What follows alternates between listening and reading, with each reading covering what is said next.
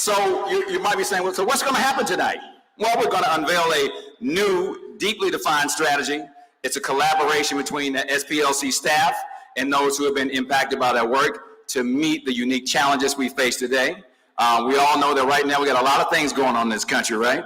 There's a lot of divisiveness, and SPLC with the work will continue. We'll hear from the staff and the leadership as they walk us through this work and share their new strategies and, you know what it's going to take to take on the systematic injustice that has done just so much harm to our communities. But most importantly, those of us here tonight will come together as collaborators and members of a growing movement, a movement embodied by a commitment to building a world in which everyone can thrive, and the ideas of equity, justice, and liberation are reality for all. Because, I believe that children are our future. Teach them well and let them lead the way. Show them all the beauty they possess inside. Give them a sense of pride to make it easier. Let the children's laughter remind us how we used to be. That's an old school song. I was gonna see if anybody was gonna be with me. I know Joe knew it. Joe was like, all right, I see what you're doing. Tonight is a preview of the next 50 years of progress in the March for Justice. Where we stand now, there's a long way to go to achieve our hope for a world in which everyone can thrive and the ideas of really equity, justice, and liberation are reality for everybody. That's why the SPLC's visionary strategy for making progress in the South is gravely necessary. And I believe that you all will agree. It doesn't matter where you are in Atlanta. If you go 50 miles outside of anywhere you are, you can go back 50 years. By the way you're treated, by the way that people talk to you. Am I the only one who experienced that? It is happening right now. Together we're charting a course guided by clearly defined values and a renewed dedication to collaborating with partners from across communities in the Deep South. So we want to say thank you for being here tonight. Thank you for heeding the calls for justice. Thank you for fighting for the future of the South and our country, for a future where all people can access their full human rights. Come on now, come on now. So I want you to please give a hand to SPLC Board Vice Chairman Carol Mason, an esteemed Southern leader, exceptional voice for equality, and legal pioneer. Welcome us all to Atlanta. Wait, Carol, wait. No, that's not. I've been planning this. You're supposed to be like, I've got to get the official welcome. You know what I'm saying? Give it up for Carol!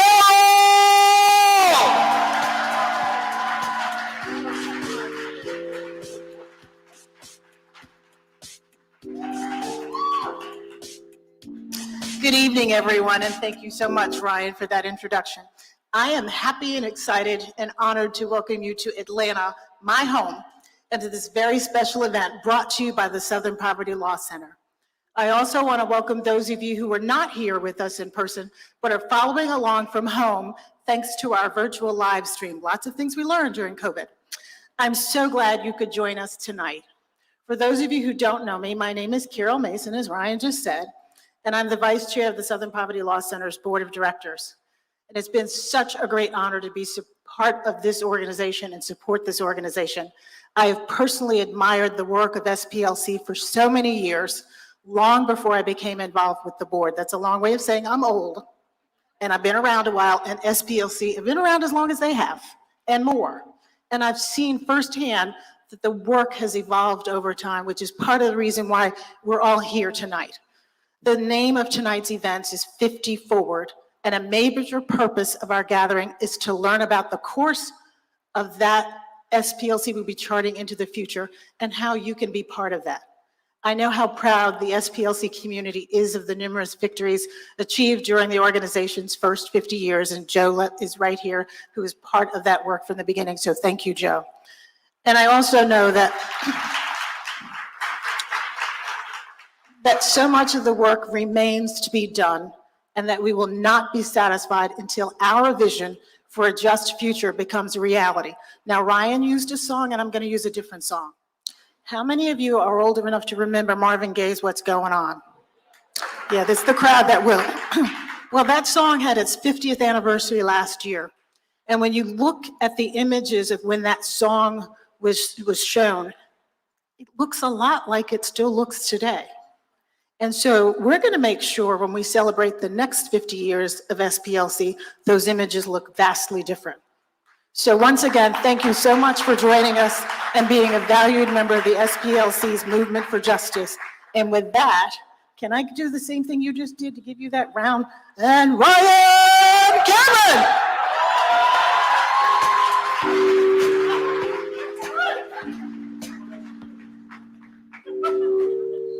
Love it, I love it.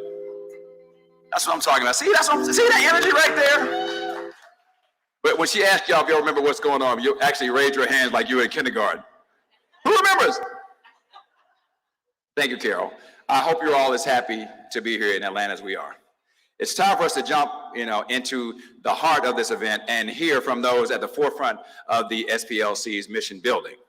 We'll start at the very beginning with some words from SPLC co-founder Joe Levin, who charted the organization and guided its works in various leadership roles from 1971 to 2016. That's a long time. You're supposed to be like 1971 to 2016. Following Joe, Alicia Brooks, the SPLC's Chief of Staff and Culture, will provide a history of the SPLC's successes and learnings and their insight into the organization's past 50 years, with transition to a video outlining the SPLC's Forward 50 initiative, a framework for the next 50 years, okay? Next, we'll welcome current SPLC and President CEO Margaret Huang to the stage to speak on the strategic framework and the significance of the South. And then we have any poetry fans out here tonight? Any poetry fans? Thank you for clapping and not raising your hand. Poetry written and performed by Britta B., an accomplished spoken word artist and educator. She'll introduce two of the panels tonight, exploring our goals and strengthening democracy and dismantling white supremacy. And then we'll hear about where the SPLC community outreach strategy is going to be going, right? Starting with the Civil Rights Memorial Center in Montgomery. And then next up, we'll learn about plans to develop a stronger SPLC right here in Atlanta, including a little Q&A session to answer all your questions about this work. And then finally, Margaret will come back up and lead us in the electric slide.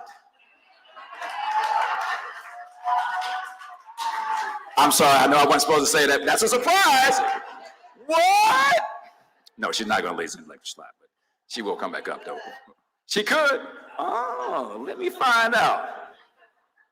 Closing remarks, and then we're going to kick off our networking event and more with the birthday boy, Queen in the Jukebox. Yeah, we got more coming up. So now please welcome Alabama native, go Dogs. I'm sorry. We are the national champions in college football and the world champions in baseball, but go Dogs, okay. But Alabama native and SPLC co-founder, Joe Levin, ladies and gentlemen. Joe Levin, ladies and Joe Levin!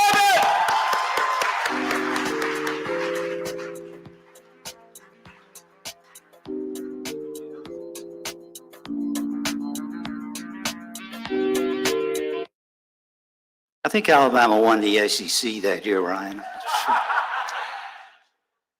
Ryan's exhausted me. Let me take a deep breath here. Yeah, I'm a native of Alabama, and as a kid in Alabama, I knew nothing but Jim Crow segregation. The day the Montgomery bus boycott began was the last day I rode public transportation in Montgomery. Witnessing the cruelty of institutional racial injustice and the violence of vigilante groups, particularly the Ku Klux Klan, is what inspired the founding of the Southern Poverty Law Center in the 1970s. Sweeping civil rights legislation had been passed prior to our founding, but the South was resistant to change. Litigation was necessary to ensure the hard-won legislative victories of the civil rights movement, that they were thoroughly implemented in every Southern state, city, and community. It's surprising and deeply saddening to see that over 50 years later, hate and injustice remain significant forces in our lives. Arguably, in recent years, we've regressed to an era when hate does not manifest sparsely. It is open and it is extensive. This is why I'm incredibly grateful that the Center has grown into such an influential force for change in the South. The next 50 years of progress in the March for Justice must be a turning point. Our fragile, imperfect democracy is in crisis. White supremacy became dangerously normalized before and especially following the January 6 attacks. Open verbal and physical attacks on racial minorities, Jews, Muslims, and all elements of the LGBTQ community are now common every day. There's a backlash against the gains we've made and the growing power of Black and brown communities. And that backlash seeks to erode our safety and our civil rights. The concept of the Great Replacement theory, traceable back to pre-World War II anti-Semitism, has taken hold. It is reassuring and empowering to know that we are not the same SPLC that we were in the 20th century. We've transformed into an organization that is prepared to meet the South's new challenges.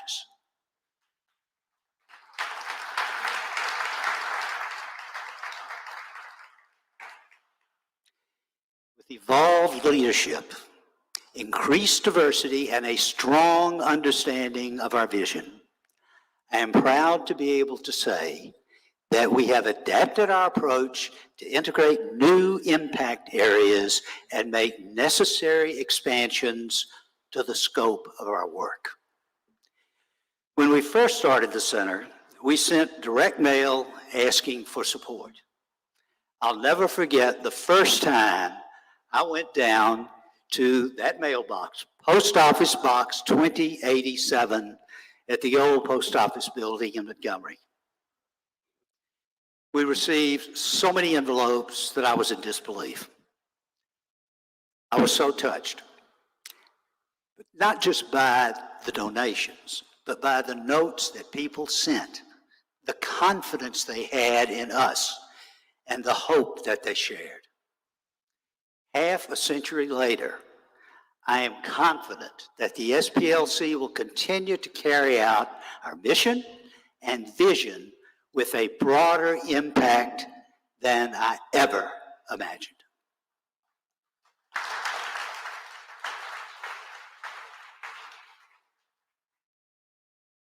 I can remember talking to Julian Bond way back in those early 1970s, and he having the confidence that we would be able to proceed forward with this in a very positive way. I don't think that Julian ever imagined that we would be here in this day as we currently are. More than anything, I know that we will make our founding supporters and all of you who support our work today proud of the historic mission to which you've contributed. I could not be more impressed with the outstanding leadership of Margaret Huang, with our diverse and engaged board,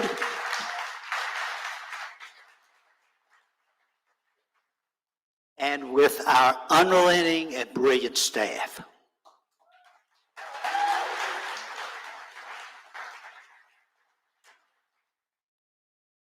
This event is a remarkable way to pass the torch to a new generation of Southern Poverty Law Center leadership. The visionary strategy presented today is proof that the future of the SPLC is in excellent hands.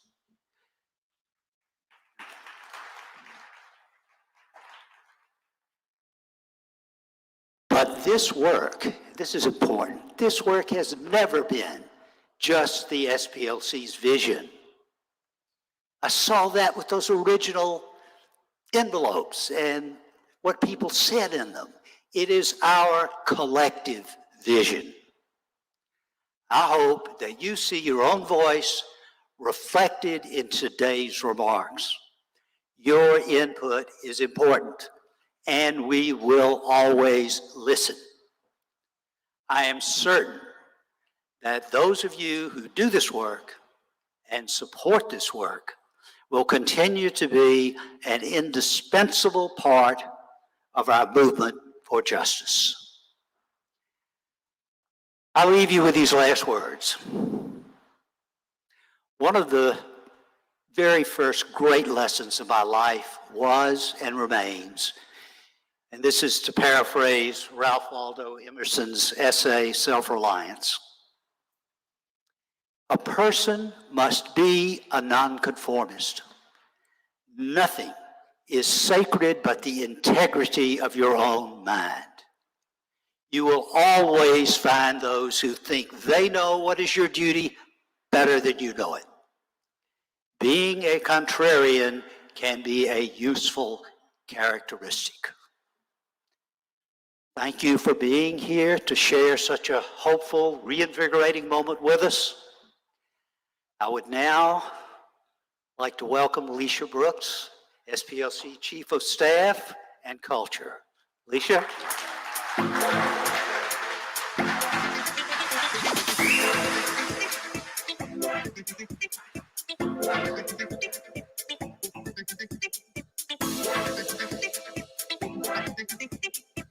Good evening. It's a good thing I saw you earlier. You were beautiful, and I saw you out there, but I'm blinded right now. But I'm still taking in your beauty. Thank you so much for being here. Joe, there you are. Thank you for those inspiring words. And thank you for your vision for the Southern Poverty Law Center, and thank you for your dedication and commitment to the Southern Poverty Law Center.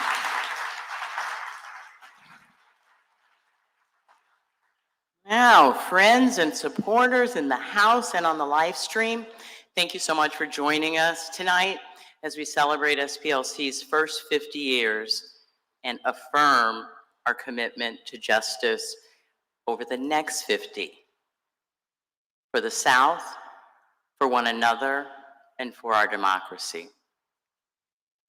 I joined the SPLC around year 33. That would be 2004.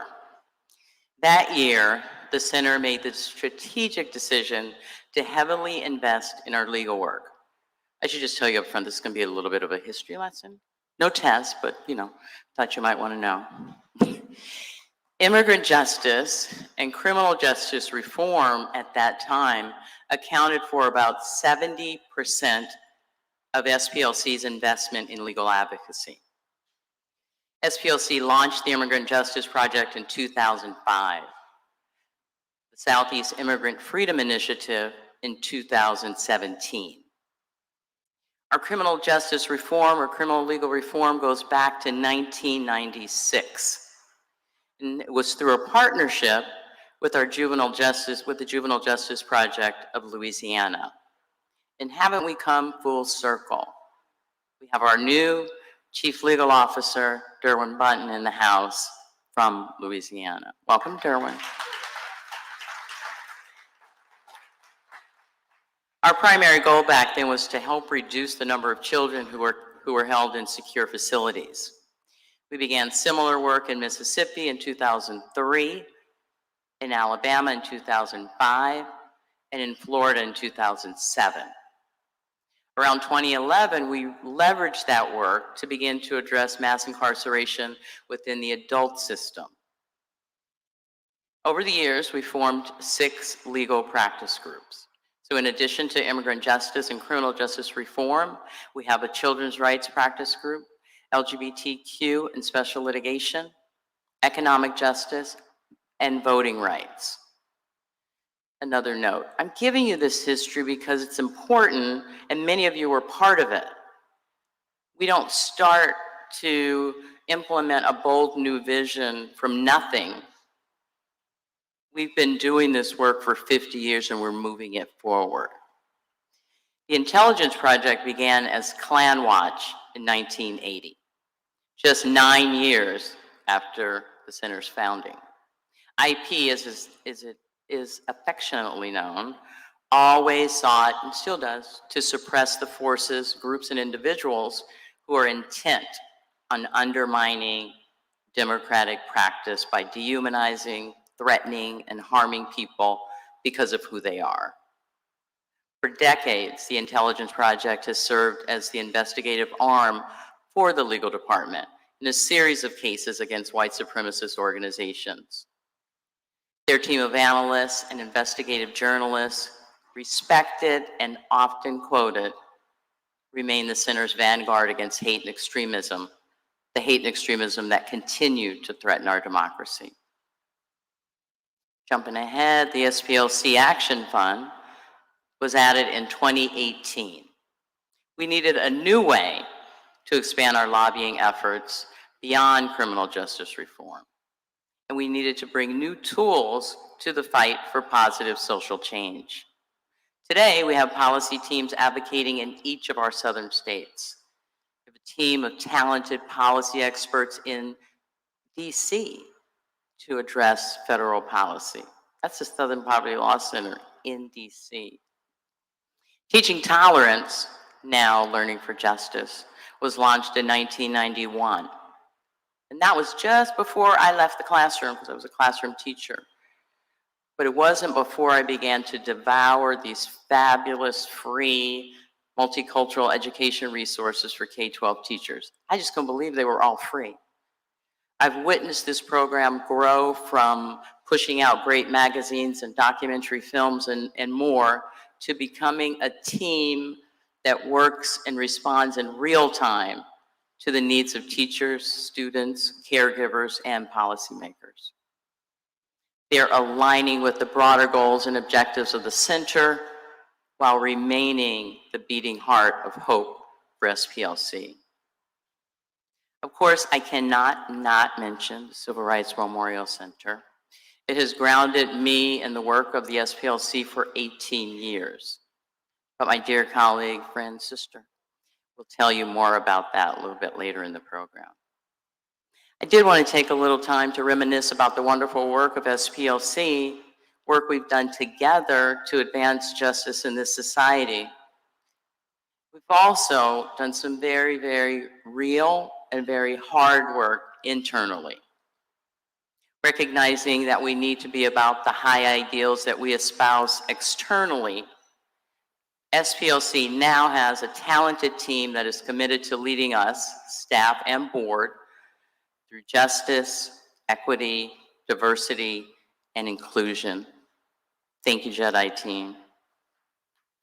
Yeah, y'all don't know, that was hard work.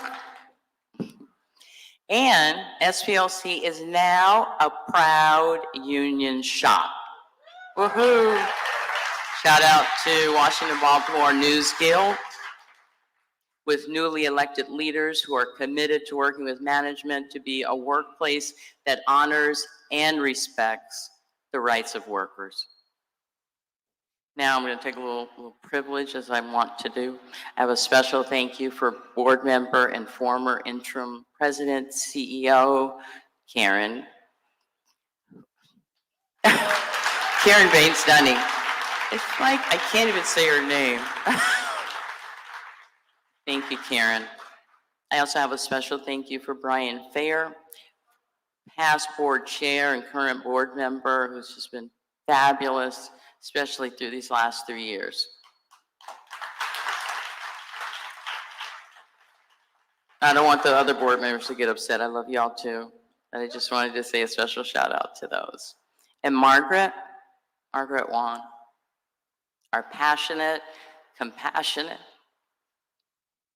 and visionary. You are President and CEO. Thank you so much, Margaret.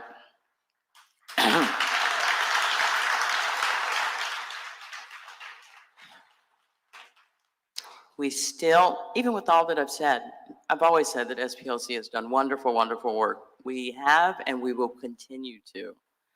We have so much more to do, and we're just getting started. So thank you for being with us.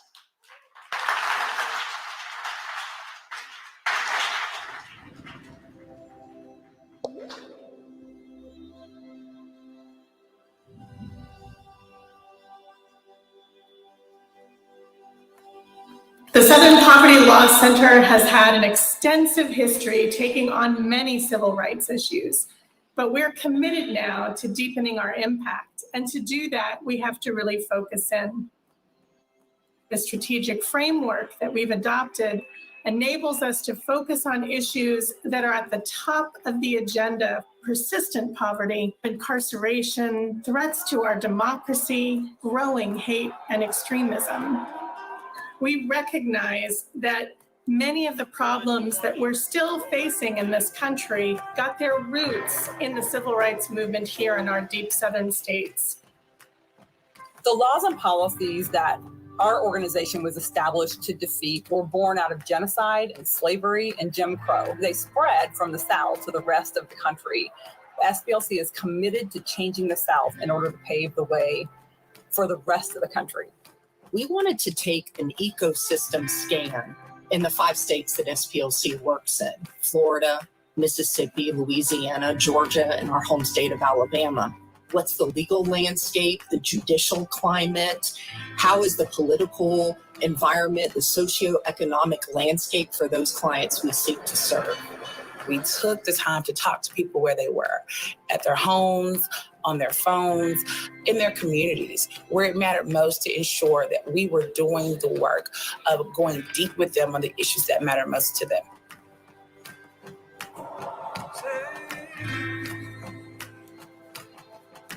We see democracy and voting really as the key to our liberation. It is intersectional with all of the other issues that we want to advance. We understand very clearly that to the extent that people can elect a candidate of their choice and leadership is diversified, policies will in turn reflect the needs, desires of any particular community.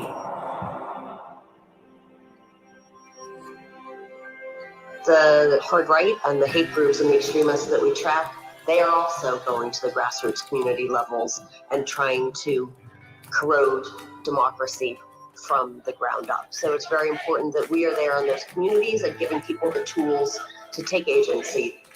Many Southern state legislatures remain controlled by officials who are actively working to oppress Black and Brown communities.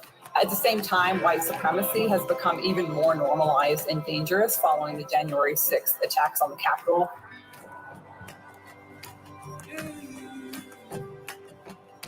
We are seeing intergenerational and historic cycles of poverty and criminalizations. We as a team sat down and worked to develop strategies that are focusing on dismantling those systems at the root, the front end from education to the back end of the system when someone is convicted. We are working to ensure that our Constitution has meaning in this country, to strengthen public defense. And we are working to ensure that people who are returning home from prisons are actually able to reintegrate into society.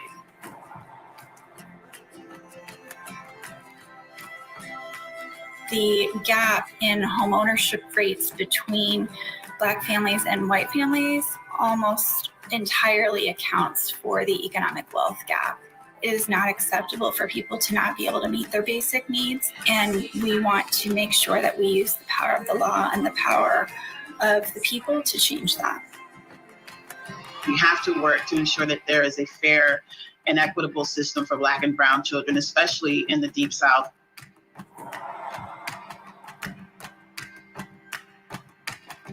We are building new community offices intended to be responsive to the communities we seek to serve, meaning that we're taking our priorities and taking our direction from the community organizations and leaders who have helped to educate us and to build collaborative efforts together. Partnering with Black-led organizations and listening to and learning from Black communities.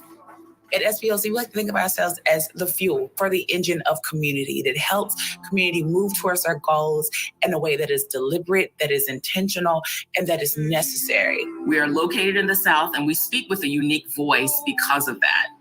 No one group can do this work alone.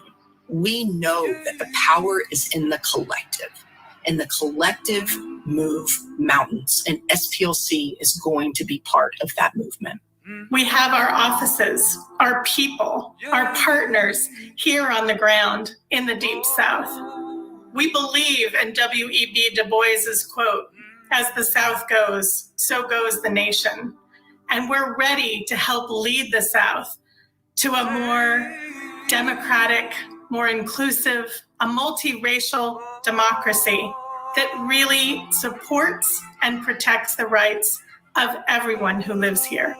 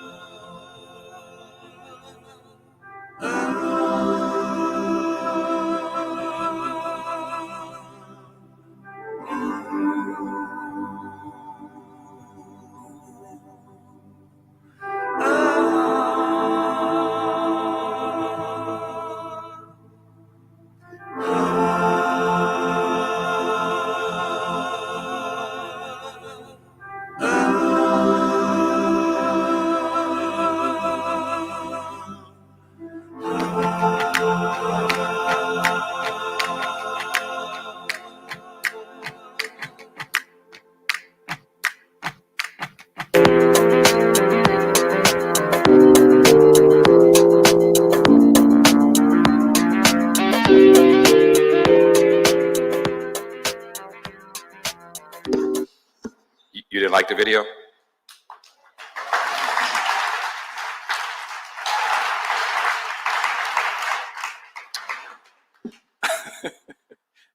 Y'all are interesting.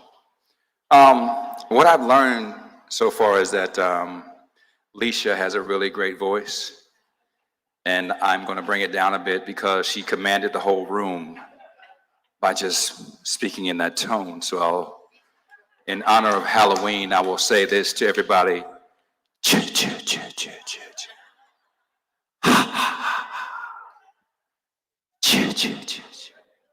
Thank you, Leisha. You know, in our culture, we have a thing that's become like a thing where we talk about giving people their flowers. You've heard it before?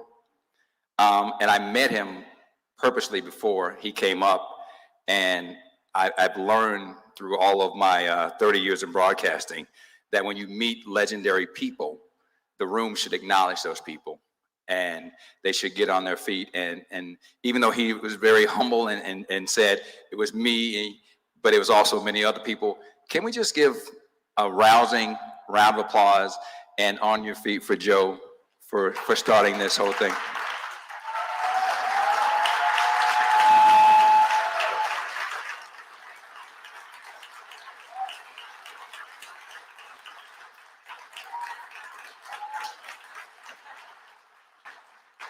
I know, Joe. I know you didn't want that, but you know the check's already cleared, so you can't get your money back. So thank you so much. I do have one correction to make. I did say that Margaret was going to be starting the electric slide. That is not right. She's going to start the wobble. It will be the wobble tonight. An experienced human rights and racial justice advocate. You've heard her name several times tonight. Has led the SPLC through pivotal moments, including the nationwide racial justice demonstrations of 2020 and the January 6th insurrection attempt on 2021. Ladies and gentlemen, without any further ado, it's my pleasure to welcome to the stage SPLC. Go ahead and start clapping now. President and CEO, Margaret Huang.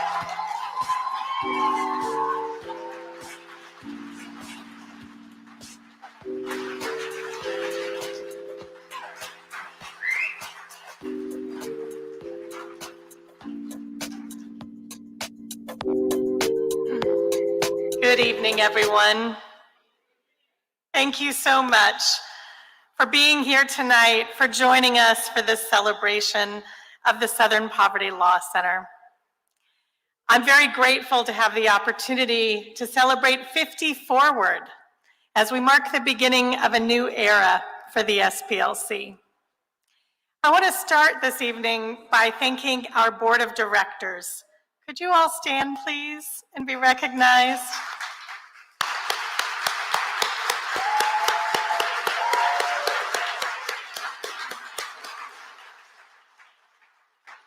I also want to thank all of you, our supporters in the room and also online. I want to acknowledge Whip Wilkerson and Deputy Whip Bodie from the Georgia Legislature who've joined us tonight. Thank you both.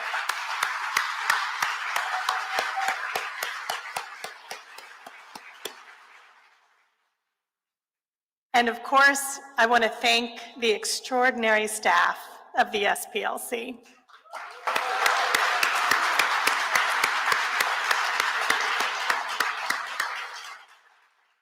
I want to extend particular thanks to the SPLC development, communications, and security teams.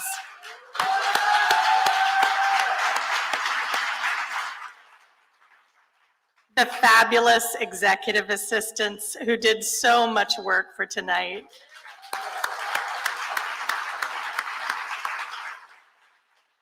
And our partners, DigiMentors, Eclipse Marketing, and One Stop Productions for their tireless work to bring us together this evening.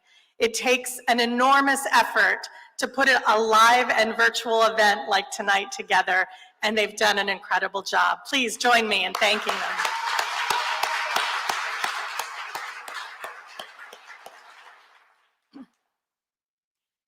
We're gathering at a moment of crisis, unparalleled in modern times. Here in the South and across the nation, white supremacists have become more emboldened.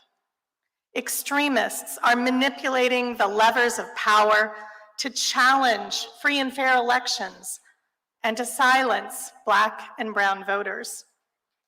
Some elected leaders are stoking a climate ripe for political violence. We've also learned the hard way that progress can be reversed, that rights can be rescinded.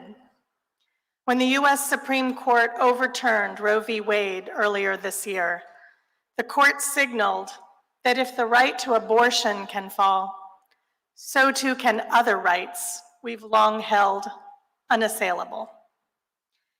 As the daughter of a Chinese father and a white mother, I recognize that when my parents married in 1965, their union was illegal in every state across the South, including Tennessee, where I grew up.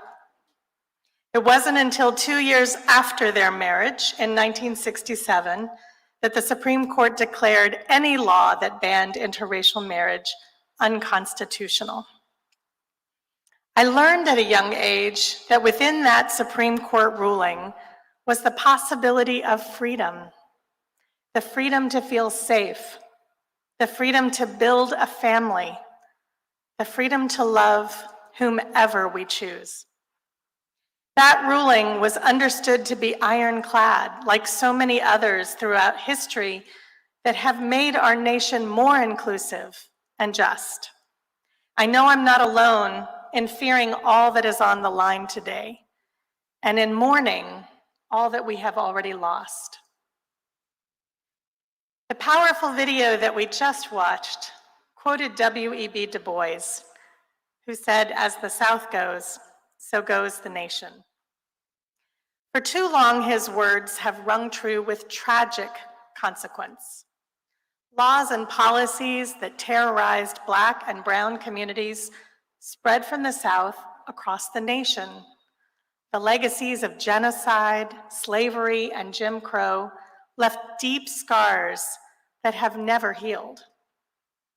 Today, extremists are using our state houses to incubate shameful copycat laws that seek to control our bodies, whitewash our history in schools, and criminalize LGBTQ children. And rather than end discrimination here in the South, a majority of justices on the Supreme Court seem intent on making it the law of the land.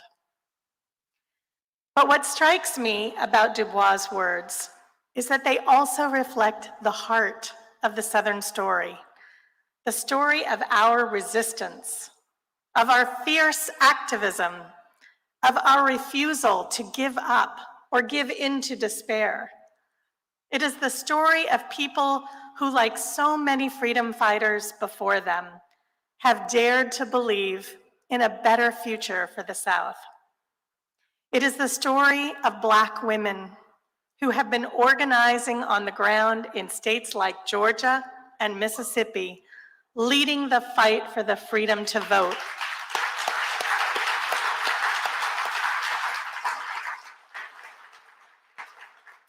It is the story of Black and brown parents in Louisiana who are fighting back against the criminalization and incarceration of their children in the state that locks up a higher percentage of its people than any other democracy in the world. It is the story of Latino communities in Florida who are pushing back against the ever-expanding detention of immigrants and the unscrupulous efforts by their governor to relocate families seeking asylum without any support. It is the story of LGBTQ communities who are standing up and mobilizing in Alabama to fight for a new law that denies life-saving health care for trans children.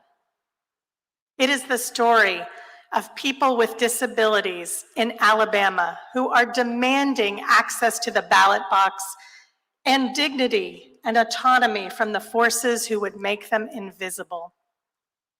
It is the story of activists for so long who have organized low-income and rural communities to ensure people can safely access reproductive health care, and who are now fighting to make sure we don't permanently lose the right to abortion.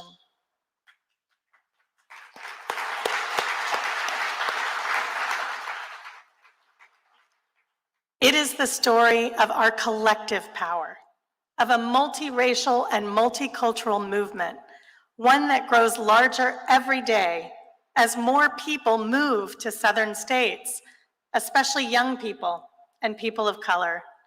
Make no mistake, the South is poised for transformative change, change that I know will reverberate across the country. And that's why, in the days ahead, the Southern Poverty Law Center will embrace more fully than ever the power of the word Southern in our name. Our offices,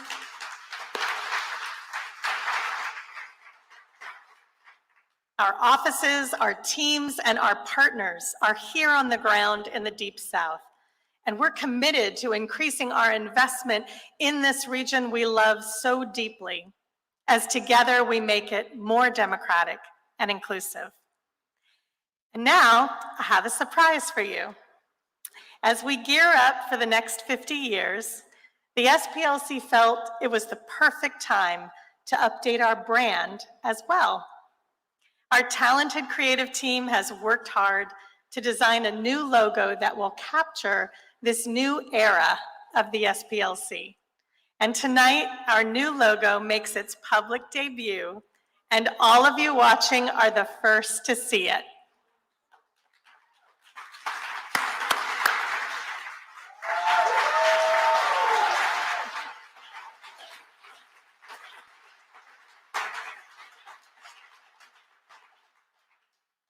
We hope that this brand, which uses our name to make a statement, will energize and inspire our work and our supporters for the next 50 years.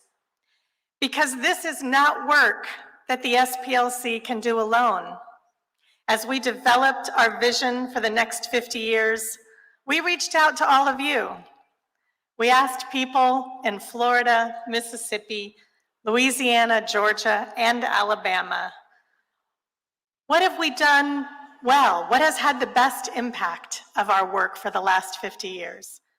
What could we do more of? And what could we do better? We looked at the legal and judicial landscapes in our states. We engaged our partners and the communities we serve. And it is because of all of you that we are inspired and ready to launch this new era of our work, an era of strengthening democracy, relegating white supremacy out of the mainstream, decarcerating and decriminalizing communities of color, and eradicating poverty, structural poverty that has persisted for generations. This work will not be easy, but it's never been easy. We're up against daunting opposition, but as we have learned from centuries of freedom fighters who risked everything for human rights, change is possible. A better future for the South is on the horizon, a future of justice, of inclusion, of multiracial democracy, and I know we can achieve it together. Thank you for being here tonight. The march continues, and we're honored to be in the movement with you.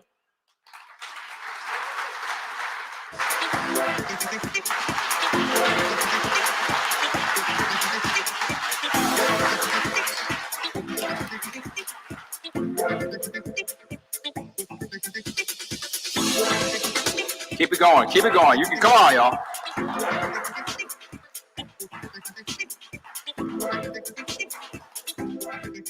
I got a couple of acknowledgments.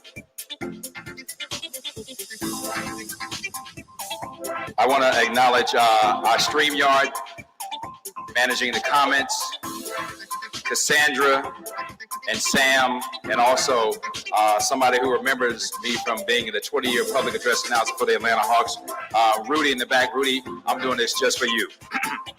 Count Corbin for 3! There you go, Rudy. That's just for you, buddy. And also, there's two young ladies that are in the back that are actually part of the crew here, Erica and Santia. And they just said to me that they wanted to be part of this, but they thought it had to be when they were older. So if you see Erica and Santia back there, they got on all black. Can somebody please tell them they can start right now? Can they start right now, y'all? See, Erica and Santia, I told you. And Olivetti right here has been helping all of the ladies up and down the steps. Give it up for him because he's Southern. I was at the White House yesterday. I was the first person to ever do a broadcast from the White House, and the vice president came in and did my show.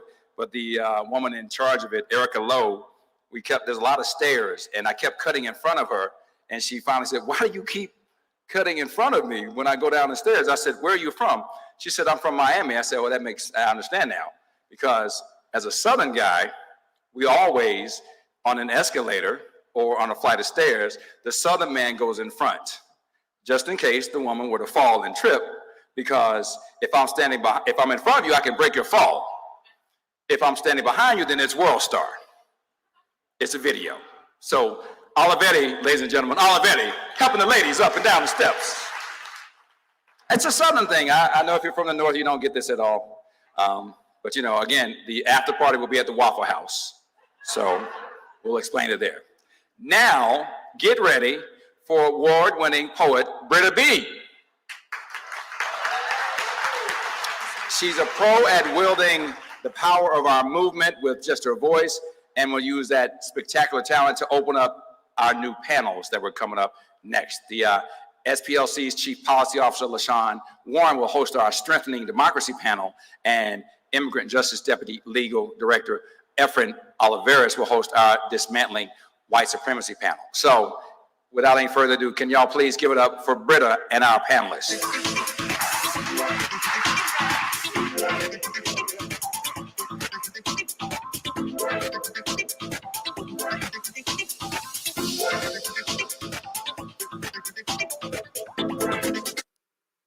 I am only a portrait when they practice their aquarium eyes on my blackness. I might have spoke, but the shutter's flash froze my mouth. I am not the thought that counts.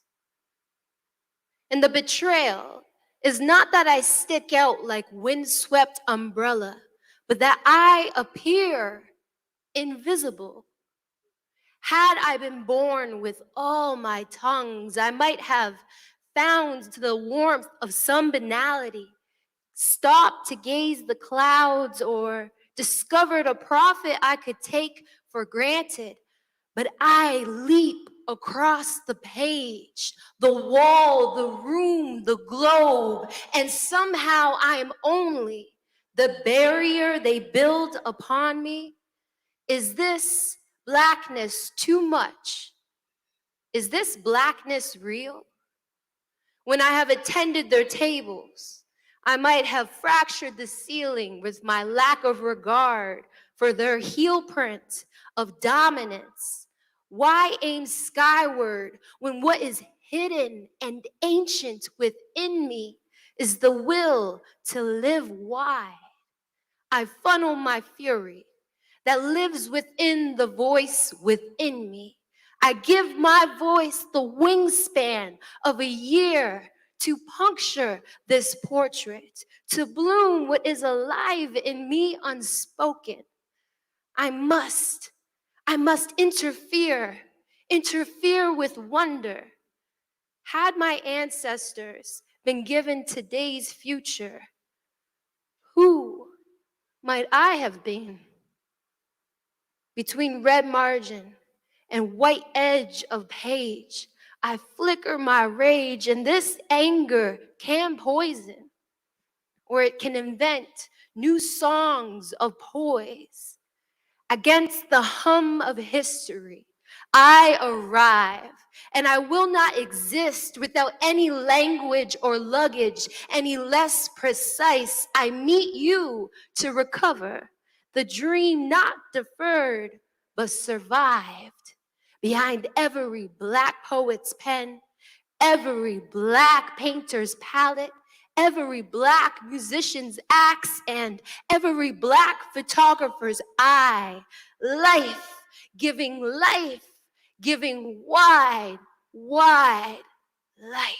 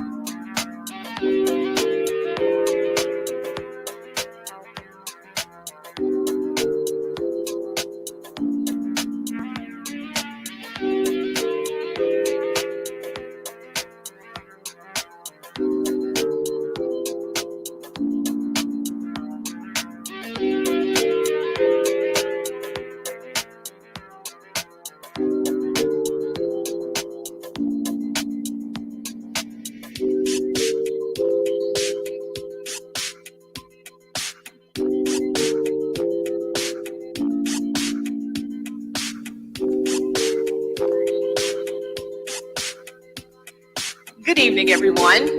It's such a pleasure to be here on such an auspicious occasion. We are in for a real treat tonight. My name is LaShawn Warren. I'm the Chief Policy Officer for the Southern Poverty Law Center. And I am honored to serve on this particular panel as the moderator. So I just want to provide a few table setting comments as we march into this conversation about the state of our democracy and where we find ourselves at this moment. So the 2020 presidential election was historic in many ways. Even amid a global pandemic with unprecedented changes in how we voted, drop boxes, absentee ballots, voter turnout rose 7 percentage points higher than in 2016. And that resulted in a total of 66% of the US adult citizens casting a ballot in that election. But instead of celebrating civic participation that had increased, 19 states enacted 33 laws that make it harder for Americans to vote. Among those states were Georgia and Florida. The January 6th insurrection marked an inflection point in our country and made it clear that white supremacy has eroded our democracy and has fueled the aggressive assault on the most powerful tool that we have, the right to vote. The United States has fallen to 26 of 167 countries on the Democracy Index that rates the health of democracies around the world. We are now categorized as a flawed democracy. From healthcare, education, policing, climate change, affordable housing, food and water security, equality, bodily autonomy, the continued power of the vote to shape the direction of the country is at issue, not only at the federal level, but at the state and local levels as well. We are 18 days away from an election, and the right to vote and who can access that right will be tested. We at SPLC will work to protect the right to vote, to ensure that all voters are counted in the face of states' efforts to curtail participation. As Dr. King reminds us, the arc of the moral universe is long, but it bends towards justice. At SPLC, we are committed to using our expertise and resources to build a multiracial democracy to ensure that all communities not just survive, but thrive, regardless of race or class. I know that together, working in partnership with our community, we will win this fight for voting rights, not only in the Deep South, but in the country as a whole. To discuss the important voting rights work that's being done in the Deep South to ensure a more inclusive democracy, we have a fantastic panel, 3 dynamic community leaders that are sitting with us today. First, we are joined by Ms. Helen Butler. Ms. Butler is the executive director. Ms. Butler is the executive director of the Georgia Coalition for the People's Agenda. It's an umbrella organization of human, civil rights, labor, women, youth, peace and justice groups, and they all advocate for a broad range of civil rights and economic issues, including voting, the right to vote, and the elimination of barriers to the ballot box. Thank you for joining us, Ms. Helen. Second, we are honored to have with us Kadita Stone. Kadita is the Chief Field and Campaign Strategist at Alabama Forward. Kadita is a plaintiff in the Merrill versus Mulligan case, currently before the U.S. Supreme Court, a case that will have significant implications for the future of Section 2 of the Voting Rights Act.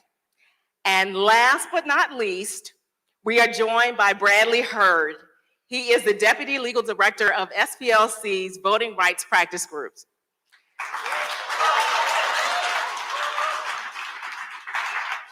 Bradley is a voting rights expert and comes to SPLC after serving more than a decade as a trial attorney in the voting section of the U.S. Department of Justice. So Kadita, we are still reeling from the 2013 Shelby County versus Alabama decision that invalidated the Section 5 coverage formula of the Voting Rights Act. Now Alabama is going after our last line of defense, Section 2. And I know you're a plaintiff in that particular case. And a few weeks ago, I know that you listened very intently to the oral arguments that were presented in that case. Alabama Forward's powerful advocacy to challenge Alabama's congressional maps was critical to this case coming before the Supreme Court. Can you provide some background about the case and how you personally became involved with it, and describe why this particular case is so important for Black Alabamians and for the nation. So I just want to say thank you so much to SPLC for having me. It's such an honor. How I got started in this redistricting fight was in April of 2021. I was chosen to be one of the 4 CROWD fellows through the Southern Coalition for Social Justice. CROWD means community organizations working toward redistricting and democracy. And so we each, out of the 4 fellows, we each were assigned a part of Alabama, but we were also assigned an organization to work with that worked on redistricting. And so that organization that I was assigned to was Alabama Forward, but the region that I was assigned was specifically the Black Belt, which is what this case is fighting for, Congressional District 7. And so from that, Alabama Forward decided to hold a redistricting coalition. And so that redistricting coalition met weekly leading up to the redistricting process, which happened in October of 2021. And so out of that coalition, there were about 3 or 4 maps that came out of it. Everyone decided on which map they would go with, along myself and Evan Milligan, Letitia Jackson, Shalila Dowdy, Alabama NAACP, and Greater Birmingham Ministries. We decided to go for the map that's before the Supreme Court now. But just to give you some background information on what exactly this is. So the way that Alabama is set up is that 7 congressional districts, and out of those 7, it's only 1 that represents Black Alabamians. In each congressional district, it represents 14% of the population. And so with the new census data that came in 2020, it showed that Alabama had a population of 27.88 Black Alabamians. So that's more than enough, it's more than enough room for there to be another district, in a 2nd congressional district. And our Alabama legislator decided to not draw that. So in November, we decided to file a lawsuit. And in February of 2022, we had a 3-judge panel that heard the case. And 2 of those judges on that panel were Trump appointees. One was Reagan, and they agreed with us and said that the Alabama legislator needed to draw us that 2nd congressional district. Our Attorney General, Steve Marshall, appealed that and said, absolutely not, which is why the Supreme Court picked up that case and came out and decided to hear it. In June, they came out and said that they would hear it on October 4th. So what we at Alabama Forward decided to do was to build this national outreach campaign called Power on the Line, which represents our voting power that's on the line when our legislator decided to pack all Black voters into one district, which is Congressional District 7. And so not only power that's on the line, it's also families that are on the line, justice on the line, really democracy is on the line, because Black Alabamians specifically are not having a voice, and they don't have a voice to choose who they want their representative to be when the opportunity is there to draw the district and the legislator decides not to do that. So that's how we got started. And then most recently in DC, the grassroots advocacy work that we did, shout out to SPLC for helping us with that. And we had Miss Margaret speak at our rally. We decided to rally up and go to DC while the Supreme Court heard the case in hopes, and we're even gonna go back in the spring, but our main hope, our main goal is to have Congress sign the John Lewis Freedom to Vote Rights Act back into law, but also to ask for a 28th constitutional amendment that protects all voting rights, because this is an extremely important voting rights case that's gonna set the trajectory for where our country goes next, because we aren't the only state that's also going through that. It's also 15 other states that are going through it on a congressional level, and you can only imagine how many could be going through it on a state house level, state senate level, city council level, and the list goes on. So yeah, that's how we got started. Thank you. So Ms. Butler, the demographics of Georgia's electorate has changed substantially over the last 2 decades. African Americans account for 33% of the population, the Latinx community account for 10.5%, and the Asian community 5.8%. Georgia has become a multicultural epicenter of the South. Ms. Butler, you've been a fierce advocate for voting rights for decades, and I know you have seen a lot of battles in your time and been engaged in a lot of them. So I would like for you to talk a little bit about some of the changes that you have seen, particularly related to SB 202. You were quoted as saying that the People's Agenda had to divert its limited resources to helping people navigate the new burdensome and arbitrary changes. Can you describe what some of those changes are, what their impact is? What should the response be? And then I want you to talk also, this is a lot, right? Yeah. I want you to at least talk a little bit about how much of what we're seeing is linked to the changing complexion of the electorate. Thank you, LaShawn, and thank you, SPLC, for having me here. And I want to give a shout out to Isabel, too, who worked so well with us. Of course, the People's Agenda is one of those legacy civil rights organizations that was founded by the late Dr. Joseph Lowery. So voting rights to us is very important. So everything we do centers around protecting that right to vote. And of course, we have, as you outlined, coalition partners that work with us. But I want to also shout out to our state table members, pro-Georgia, of which SPLC is with us. So we are bad, bad people working to make sure that we protect that right to vote. And truly, after we saw that Georgia made an impact on the nation by electing two U.S. senators, our legislature decided that they want to put some more barriers in the way to shave off a few more votes, right? But guess what? Our state table coalition partners, we've adopted a theme that says, ain't no mountain high enough that will stop us from voting. So, with that, what we've done is, first of all, educate. We did a tour across the state of Georgia called Your Voice, Your Vote Tour, where we told about all of those changes in SB 202, where we no longer can make absentee voting or vote by mail a choice for voting. Because, number one, you now got to have ID to be able to just request an absentee ballot. And then the days for requesting it have been shaved back from the last Friday before Election Day to 11 days before. And so if you look at the rejection rate of all the vote by mail applications alone, it was primarily because of the date, not requesting it timely, and of course, not putting your date of birth on there. So what we've done, like I said, is we went across the state to talk about that.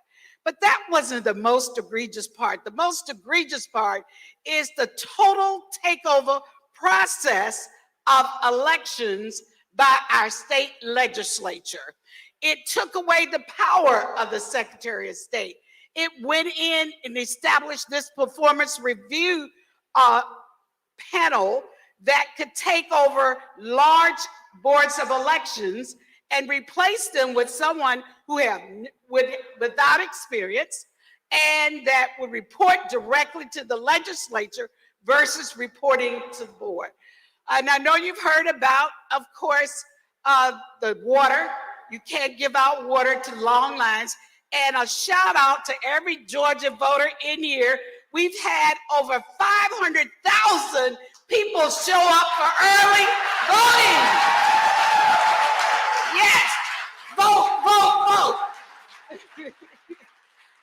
But besides making all of these things difficult for voters, seniors, we could be able to help seniors navigate the absentee ballot process. We go to high rises and help them, fill out their absentee ballot and fax it in, email it in, whatever. We can no longer do that. Only your immediate relative or your caregiver or someone that lives in your household can do that. But guess what? We've decided a way around that. We bought generators, we bought copiers and printers so that wherever we are, voters can come and make copies of their IDs.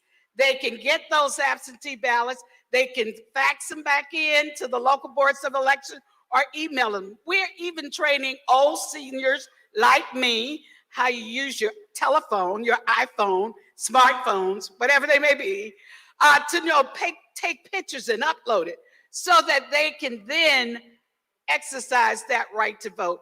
But more importantly, we're recruiting poll workers. I know Southern Poverty Law Center helps us a lot with disinformation and those threats out there that we need to be aware of.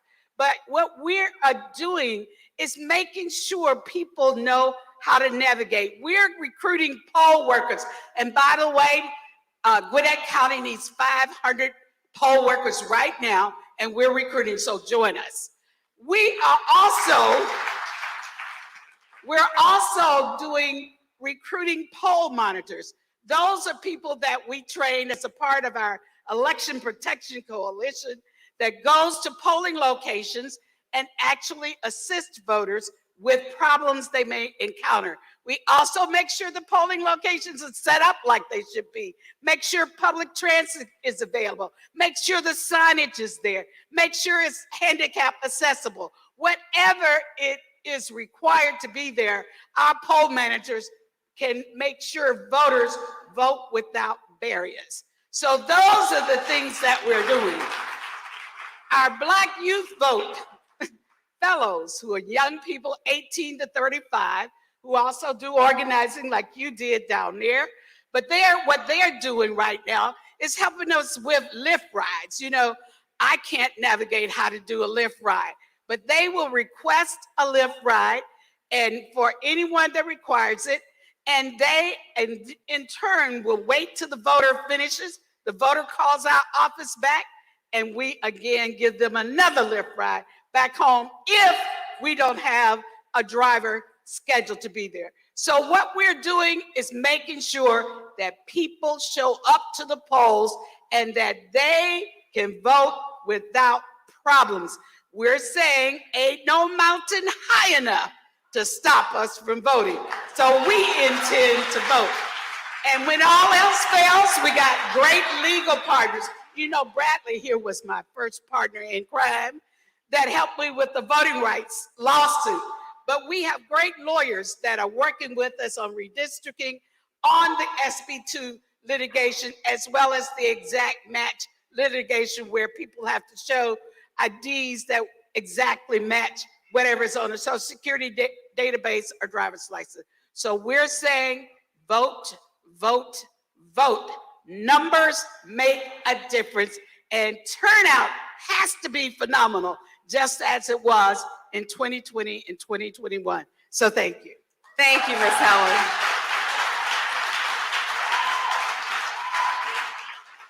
Your work is remarkable. We do appreciate all that you are doing, and it's so necessary. Brad, I'm coming to you. For 50 years, SPLC has been committed to fighting for racial justice in the South, including on the voting rights front. As we look at this moment, as well as toward the next 50 years, what is SPLC currently doing? What does it plan to do to continue to protect the fundamental right to vote?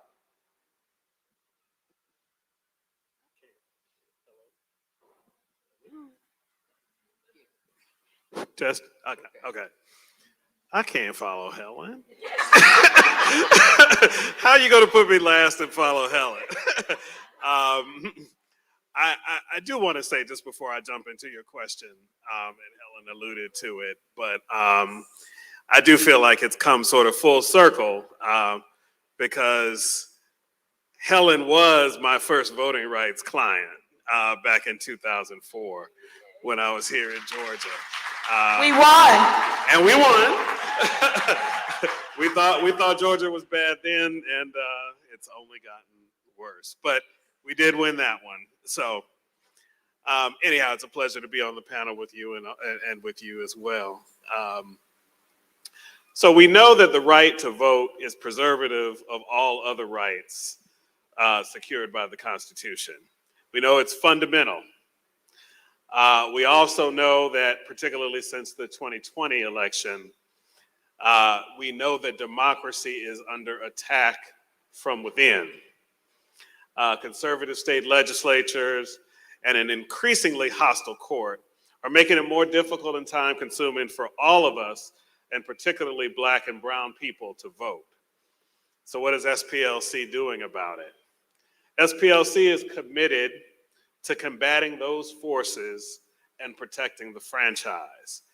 We aim to increase voter turnout, challenge voter suppression, and ensure representational diversity throughout the Deep South and beyond. How we do that? We employ a multidisciplinary, integrated advocacy approach. We leverage communications, policy, and legal strategies to effectuate change. I'm just going to touch on a few examples of what we do in the various departments of SPLC. One, we partner with community groups to help shift the narrative in a way that both informs people about the structural barriers to discrimination and also empowers them to overcome them. And the important part of it is we do that in a way that doesn't run them away from the polls, doesn't trigger them or inflame conspiracy theories or contribute to a sense of hopelessness and apathy. Another thing that we do is we track and expose the activities and the efforts of extremist anti-voter groups who are intent on, they have one goal, depressing voter turnout in communities of color. And so we work to expose that through our communications team, through our policy initiatives. Speaking of policy, we also support legislative efforts. We know it's an uphill battle everywhere. And LaShawn could probably go into a whole lot of detail about that, but we support legislative efforts on the federal and state level to expand voter access, strengthen the Voting Rights Act, restoring the right to vote to citizens previously convicted of felony convictions. And then we do what I am responsible for, which is sue people. We file lawsuits across our 5 states to challenge state voter suppression laws like SB 202 that Helen was talking about, like Florida's pernicious voter suppression law, SB 90, and like the laws. Well, we're not challenging the federal map in Alabama, but we're challenging the state legislative map in Alabama. And we also supported the congressional map case by writing an amicus brief and explaining to people what shouldn't have to be explained, which is how the Black Belt and the Black community in Mobile can comprise a community of interest. So we filed lawsuits like that. We just recently, within the past week, won a preliminary injunction against the city of Jacksonville, their city council.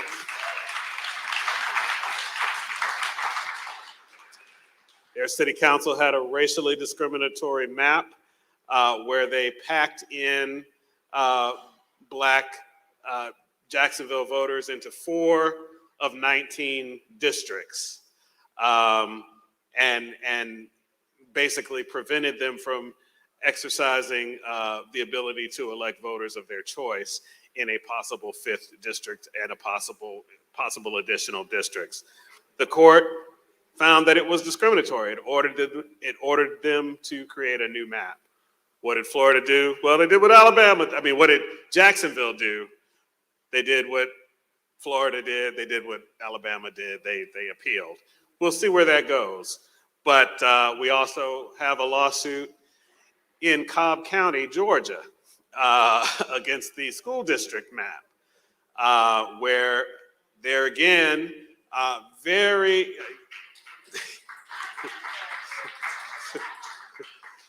very contentious school district.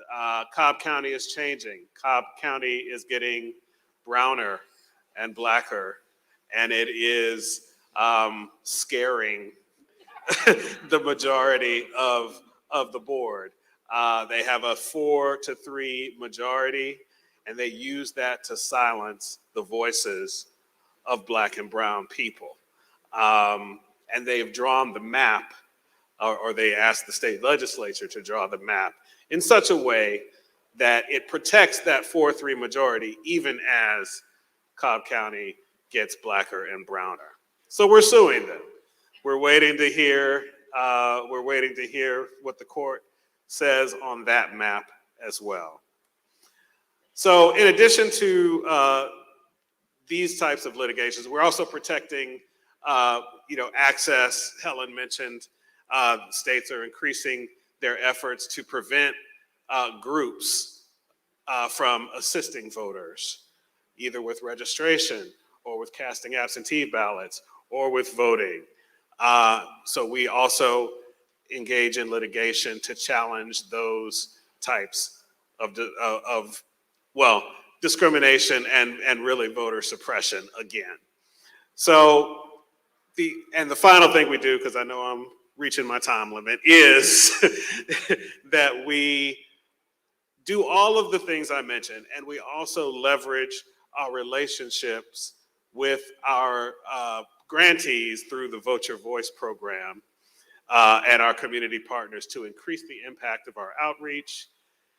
In short, before I get the hook, SPLC is here, and we will be here in the struggle to strengthen democracy. Thank you, Brad.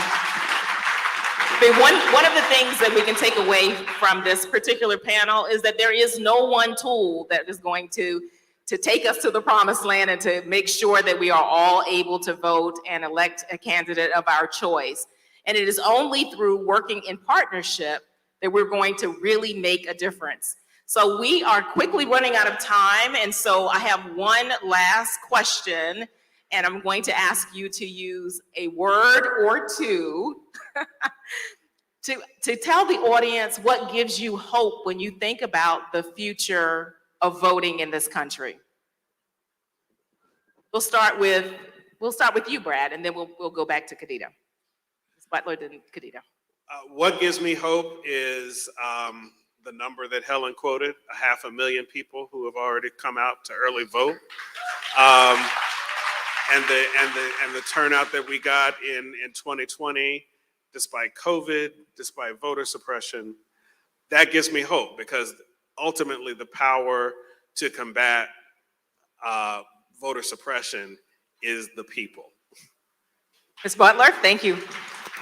Well, what gives me hope is the young people that are energized and engaged, and they are making the future. Thank you. Khadija? Miss Helen kind of took my answer, but I would definitely say the kids. I have a little brother who's 6, and I just don't want him to live in a world where we're still continuously fighting for voting rights. So trying to do everything I can to partner up with people like Miss Helen and Brad to make that difference. All right. So please join me in thanking our panelists for this very insightful conversation. Thank you.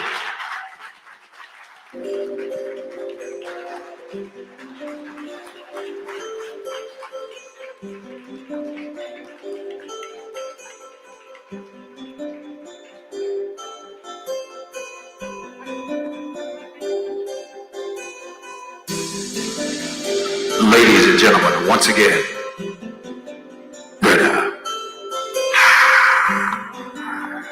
see, that's what I see. You'll see.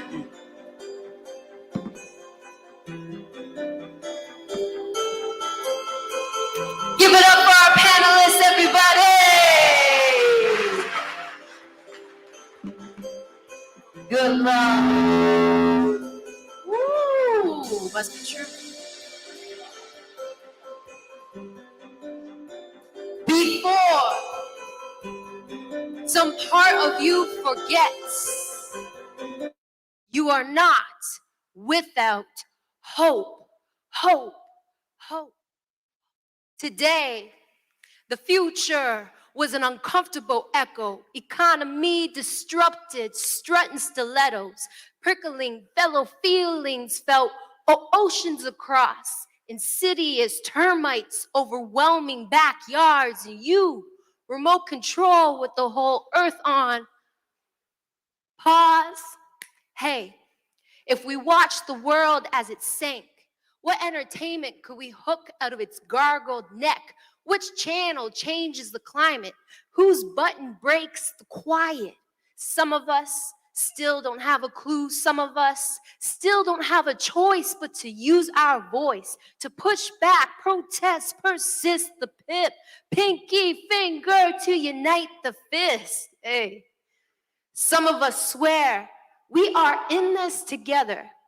Are these statements of solidarity long-standing, or are some of us just hitching rides on the backs of buzzwords and bandwagons?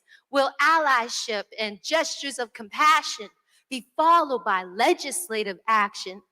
Are we authors of inspiration or injury?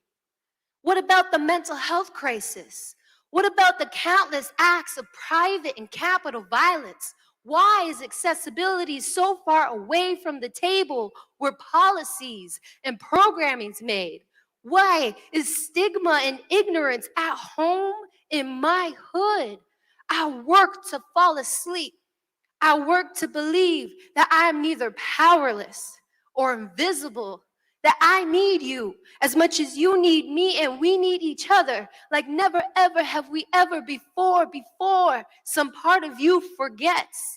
Under pressure, precious moments manifest, and you know something as simple as beauty is a confusing matter, how it turns up in the most terrible tempers, terrors, and disasters. But if only a glimpse it is that very glimpse of resilience that requires you to count on kindness, create cinematic brightness out of the dark spaces you climb out of, and claim appreciation for every example that proves there's still some part of you that propulses and moves. Yes, there's still some part of you that is not without hope.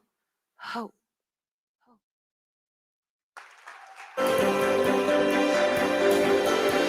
And now, for our second panel,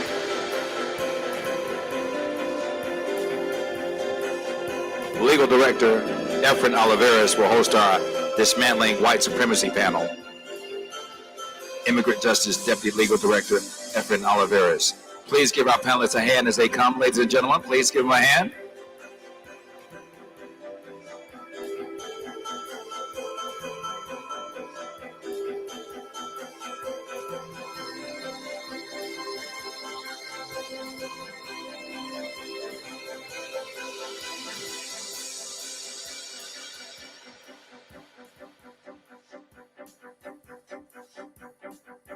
Thank you, and good evening, everybody. My name is Efren Olivares. I'm the Deputy Legal Director of our Immigrant Justice Project. It is my pleasure to be here as part of this celebration, and thank you to everyone for being here, to the organizers and all of you supporters of the SPLC. I want to start with some quick introductions of our panelists. First, we have Kai Harris. Kai began working for Educational Justice as a middle school English teacher and football coach in Greenwood, Mississippi. He left the classroom to join the Sunflower County Freedom Project, where he worked as Director of College Access and Experiential Learning. From there, he has continued to work in the education nonprofit space, serving in a variety of different capacities, including recruitment, fundraising, and organizational development. Kai currently leads the Freedom Project Network, a collective of Mississippi-based youth leadership organizations called Freedom Projects. As a former program director at one of the Freedom Projects, he is deeply passionate about the work that the Freedom Projects are doing with young people across Mississippi, and he feels incredibly fortunate to be in a role where he gets to expand their collective impact and scale.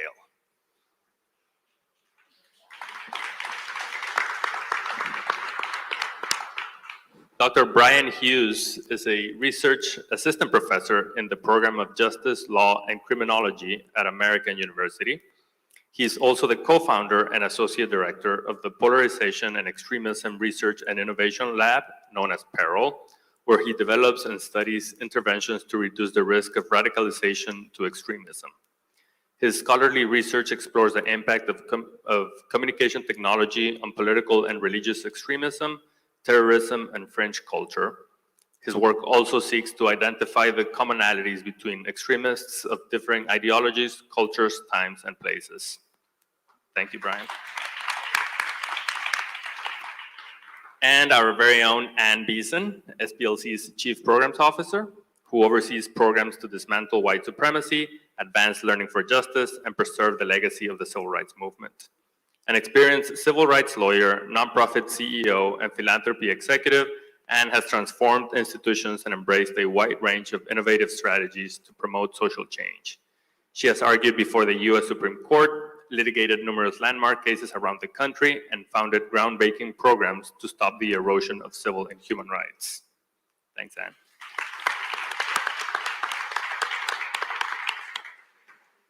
I thought we could start just reflecting a little bit on this goal that the SPLC has set out for ourselves, dismantling white supremacy, and what that means exactly. What is it that we're trying to dismantle as an organization? At its most basic, white supremacy is an ideology that sees the white race as superior to all other races, supreme.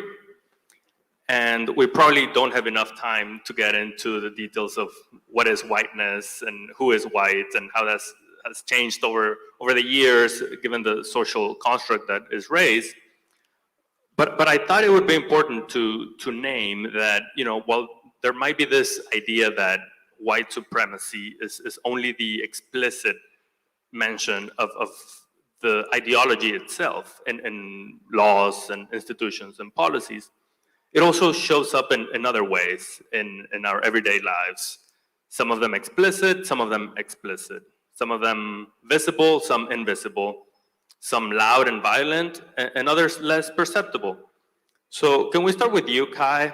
Can you share with us a little bit about what the Freedom Project Network does and how white supremacy shows up in your work and what you and your team do to dismantle it? Sure. Can you hear me? All right, cool.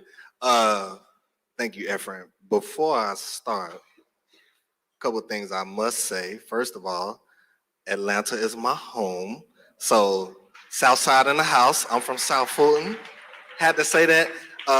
My brother who was saying it's a Southern thing to help the ladies down the steps.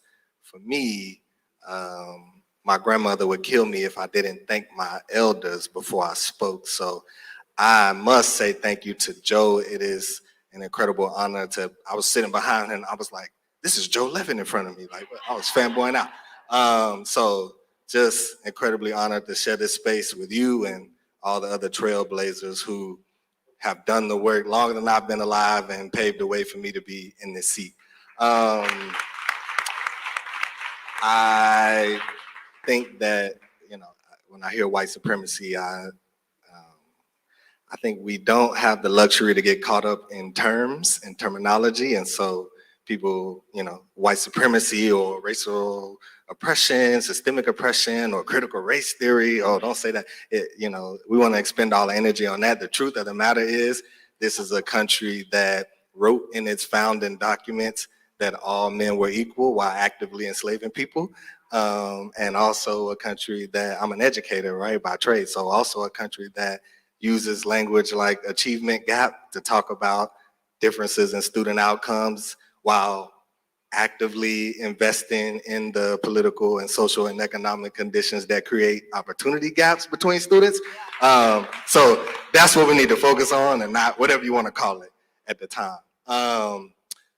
Yeah, I think history always guides me, guides the work. And so, I think my organization is grounded in the history of grassroots movement building in Mississippi, specifically the 1964 Freedom Summer Movement and the Freedom Schools.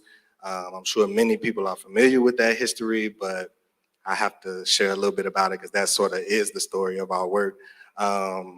Basically, if you look at education, the history of education in this country since day one, that has been the major tool to reinforce white supremacy or racial and class lines.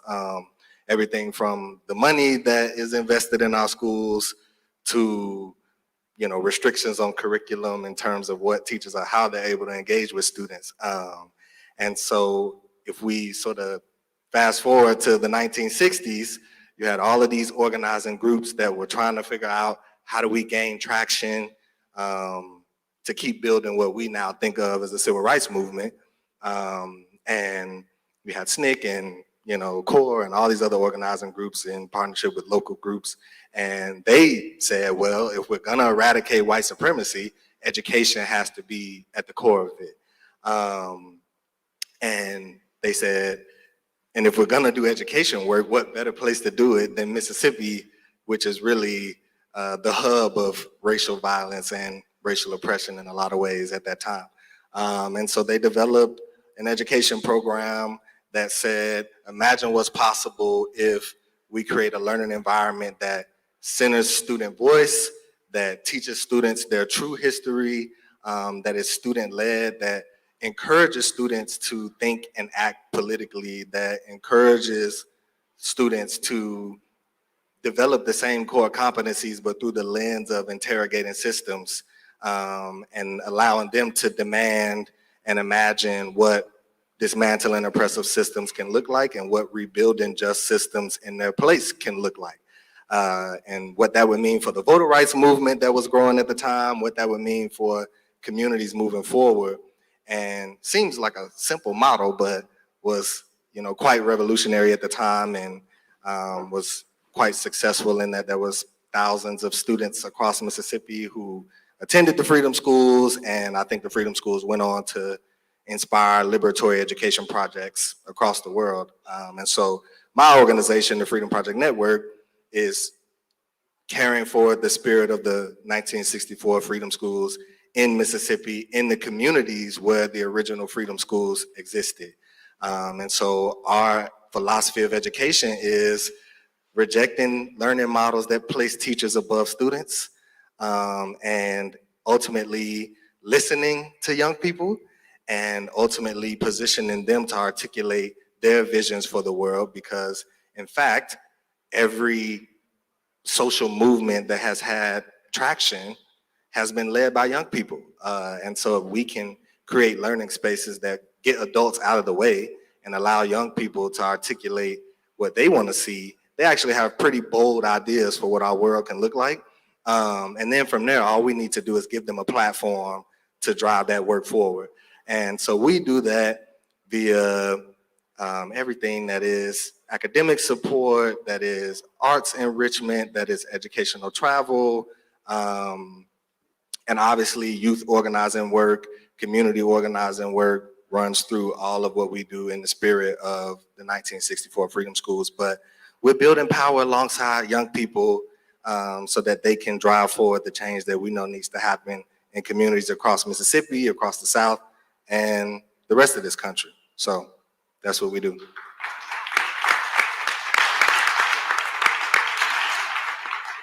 Thank you, Guy. Following on the theme of young people, Brian, the work that Peril does related to extremism and radicalization, can you share with us what that work looks like and how white supremacy shows up in your work? Sure. Thank you very much. Thanks to everyone here. When we talk about preventing radicalization to white supremacy, in the fields of extremism studies, counterterrorism, preventing violent extremism, what that often means is preventing these very acute, clear outbursts of violence. And really what that ends up doing is obscuring the chronic and pervasive structures of white supremacy. So Peril is an applied research lab. We work out of American University's School of Public Affairs. And what we do is we design, test, and roll out interventions to prevent extremism, to work against supremacist ideologies, to work against mis and disinformation, to inoculate against them, and destructive conspiracy theories. But there are an awful lot of groups that do those things. What makes us different really is thanks to the leadership and the guidance of the Southern Poverty Law Center, who are our oldest and closest partners. The folks at the Intelligence Project and Learning for Justice have guided us, they've advised us, and they've collaborated with us. So we really wouldn't be who we are or where we are without you all. So thank you for that. And sure, yes. So what makes us different?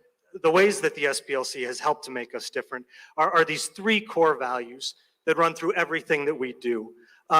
We look for non-carceral and non-securitized solutions to these issues. We want our interventions to be community-centered public health approaches. And finally, we want them to be focused on the needs of victim survivors and targeted communities and potentially targeted communities.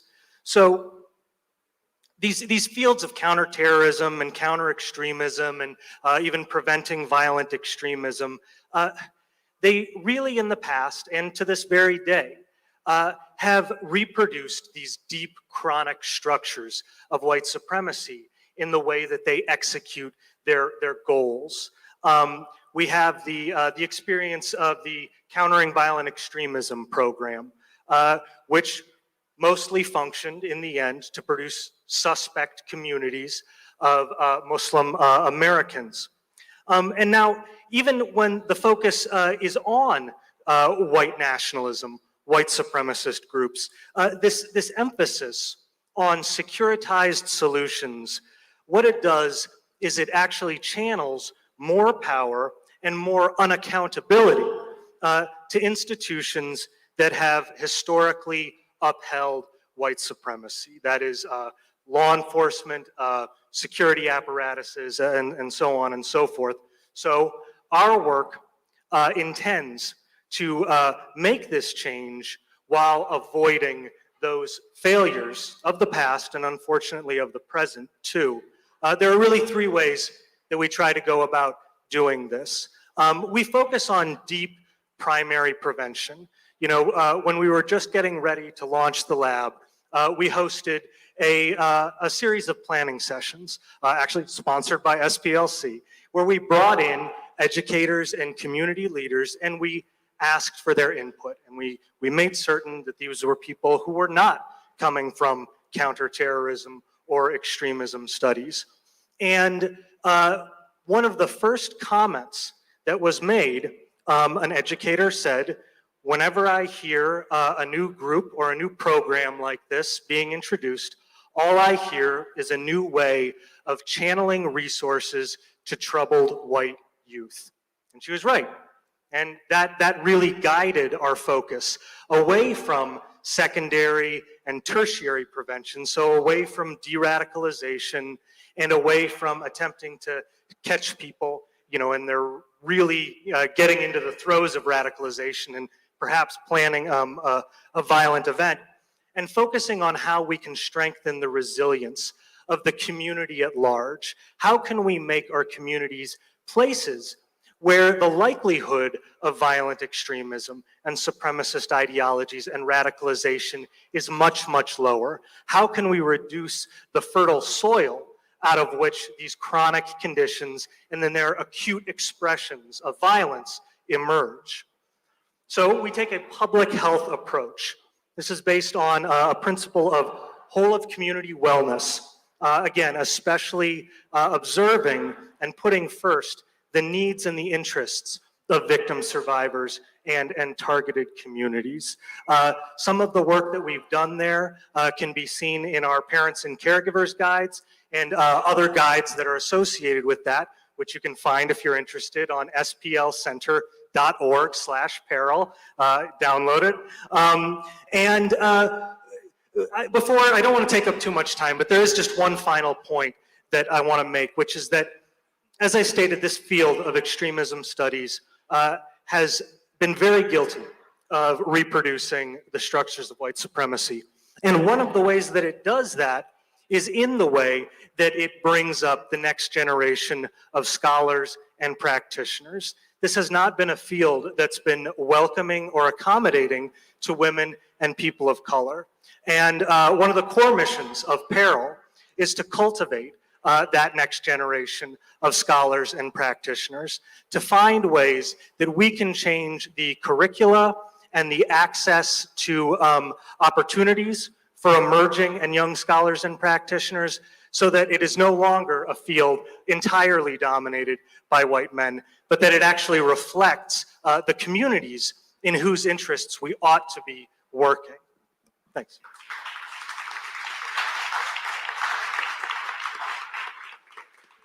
Thank you, Brian. So, Anne, what is SPLC doing about it? Thank you for asking, a friend. And I first want to begin by just expressing my deep appreciation to Kai and Brian for being such amazing movement partners and for the inspiring work that you both do. It's really an honor to be with you in this struggle. So I want to just focus just very briefly, because I know we're running behind on time, in identifying what has changed in the last few years in the landscape of hate and extremism and white supremacy, and how we are having to change our strategies and our tactics in order to fight and address those changes. You've heard about some of these shifts, of course, from Brian and Kai as well. So first of all, we know that white supremacy beliefs are becoming more overtly mainstream on the political right? And this is most exhibited by the incredible pervasiveness of the Great Replacement theory, this crazy idea, right, that liberals and progressives are replacing conservative white voters, through our work, and what is really very real demographic changes which build a stronger, better country, right? The fact that this has, we have a recent poll that shows that 7 out of 10 Republicans believe some aspect of the Great Replacement theory. That's very dangerous, and this ideology has led to targeted attacks and violence against people of color. So it's very dangerous. That's the first trend. The second one is the rise in political violence, obviously with the January 6th attacks being the most extreme example. But what is most disturbing, and we've heard a little bit about it tonight, is that this is, it has gotten only bigger and stronger since January 6th. And what we're seeing is this rise in political violence coming to the local level, and coming to the local level in the form of hateful intimidation tactics against incredible leaders like Ruby Freeman here in Georgia, who dared to be a poll worker and was very much attacked, with lies because of that. It's just, and we see it, of course, through these far-right extremist groups like the Proud Boys running for local office, many of them running for office across the country and especially here in the Deep South. And then the third trend, which is very important to mention, of course, and we all know it, is that hate is proliferating online. It's a very different landscape of recruitment and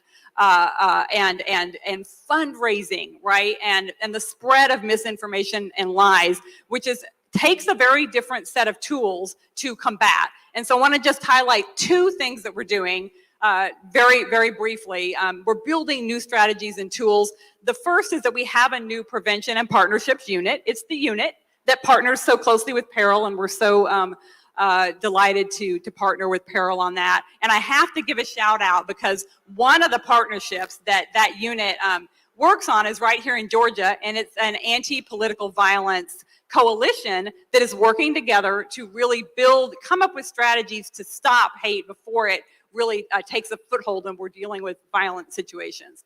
And then the second one, of course, is that we are building a whole new data lab and data capacity in order to really understand and track and monitor in a different way that provides information directly to communities that can funnel the information we get using the same tools the haters are using online, so that we can give it to communities, help them fight back, and really understand how these awful extremist networks are proliferating online. And so I think that with these partnerships, with these new data tools, we can stand up. It is important for us to all remember that they are not the majority in these states and in the country. They do not represent the real America. And if we stand up and fight and stand together with all of our tools and strategies, we can build this beautiful multiracial democracy that we know can exist. We have the power to do that work together. Thank you.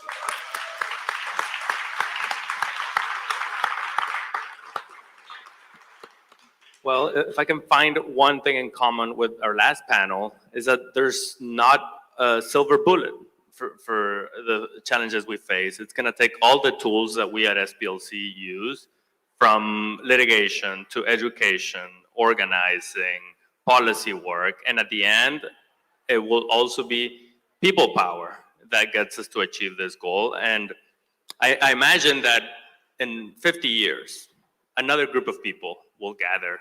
It may not be a lot of us. Maybe Erica and Santia there in the back will be at the podium to celebrate 100 years of the SPLC. And I hope they talk about how we did it, because we will get there. Please join me in thanking our panelists. Thank you.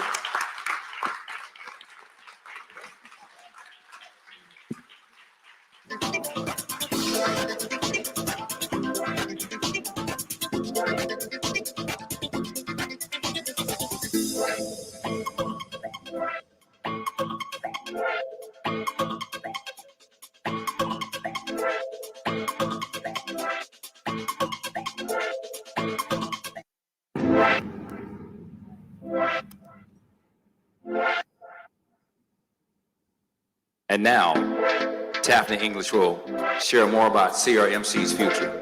Taffany. Thank you. So I have to acknowledge Leisha Brooks, our Chief of Staff and Culture, once again,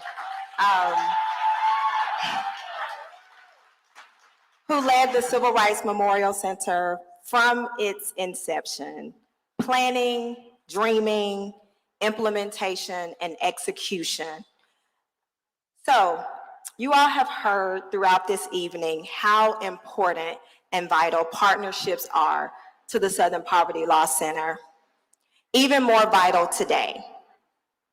I am about to introduce a short promotional video that, had it not been for the partnership of Monadnock Media in Hatfield, Massachusetts, who is responsible for sitting with us at the Southern Poverty Law Center and the staff of the Civil Rights Memorial Center, listening to us and envisioning a cultural institution that would become a catalyst for racial justice in the South.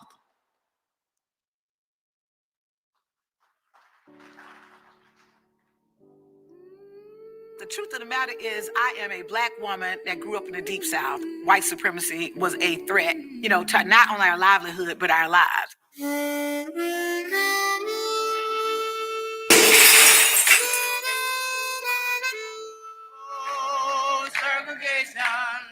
Coming in and seeing what I've seen this morning, it puts me back in touch of my own purpose. It re-quickened my reality that the movement has to go on.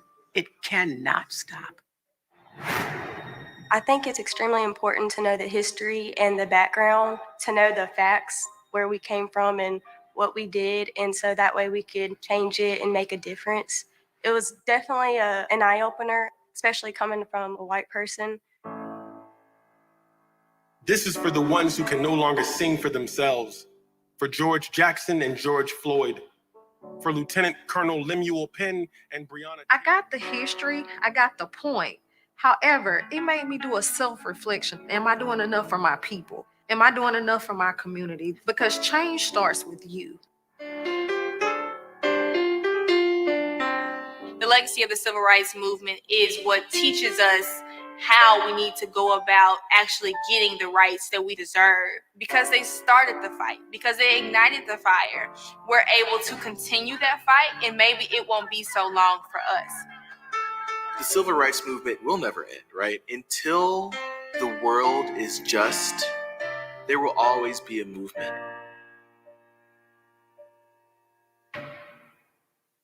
This museum is very empowering. It's very encouraging to everyone that comes here, and they see the messages, they see the pictures that just make you believe that you can do anything. I believe that when all of us take the time to really just lean into the possibilities that exist, when people can tap into their humanity, that's when change happens. We want people to feel like that we're in a critical juncture, that we've got the ability to make history. Reverend Dr. Martin Luther King modeled what it meant to face fear head on. My responsibility of carrying on that legacy is to ensure that we keep that torch lit and never let that light die out.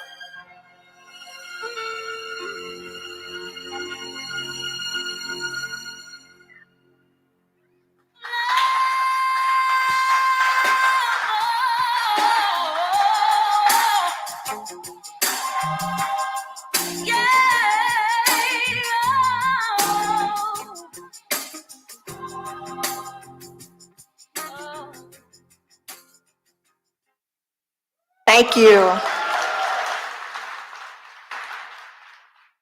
And also, I'd like to take just a moment, a proud mommy moment, because the vocals that you heard in that video and in our film, Apathy is Not an Option, is the voice of my beautiful daughter, Jay.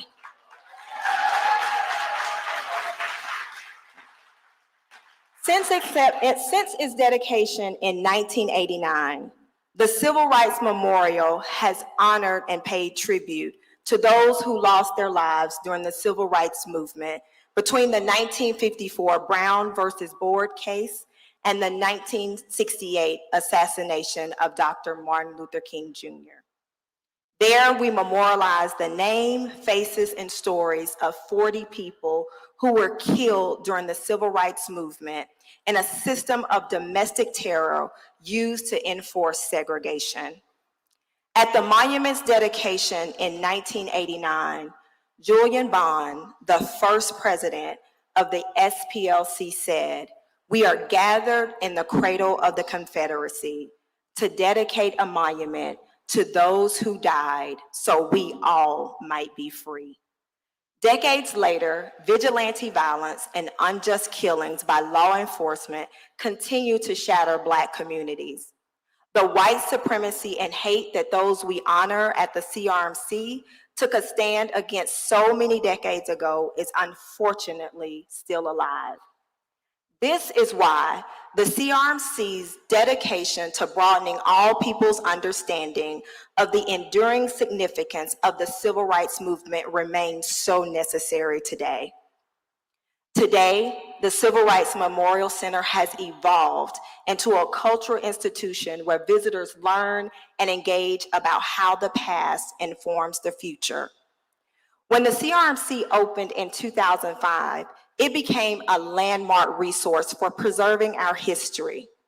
This educational space provides an immersive environment for children and visitors of all ages to learn more about the Civil Rights Movement, and it serves as a reminder of why it is so important that the March for Justice continues. Our new film, Apathy is Not an Option. Let me say that again. It's not just a film title. Apathy is not an option. The film weaves the history of the civil rights movement of the 20th century into the story of the modern civil rights movement that erupted following the unjust killing of George Floyd. This film is screened during tours at the CRMC, and it focuses on how echoes of civil rights era Southern resistance to Jim Crow segregation are present in modern Southern communities. These communities have mobilized to address racial violence, voter suppression, poverty, and criminal justice. Each year, thousands of visitors, over 40,000 visitors, visit the Civil Rights Memorial Center in person. And we are so grateful for that. But tonight, we are thrilled to announce that anyone, anywhere, can now visit the Civil Rights Memorial Center through our newly launched app. So if you have your phones, I'll pause for a moment and invite you to please take out your phone. You can download the Civil Rights Memorial Center app. And we don't want you to just download it and keep it to yourself. We want you to share it. Share it with your family. Share it with educators. Share it with activists. Because as they conclude their experience at the center, whether they're doing it virtually or in person, we hope to impart this message into each of our visitors. We are still marching, and we still have a very long way to go. So each of us possess the power to be a significant force, and we will not be satisfied. Oh no, we will not be satisfied until justice rolls down like waters and righteousness like a mighty stream. Thank you all for being here. Joe, Margaret, thank you so much. Thank you.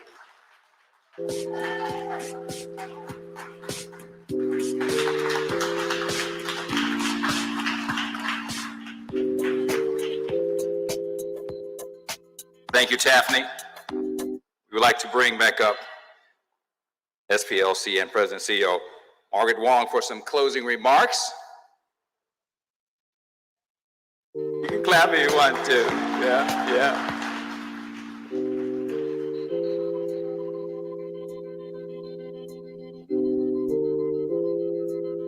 Thank you all.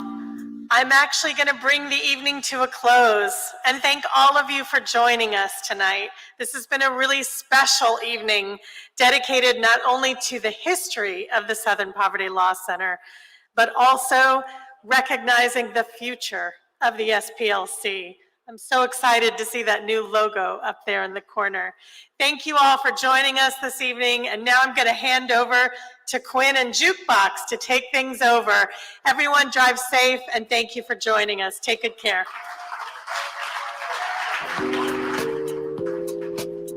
Wait,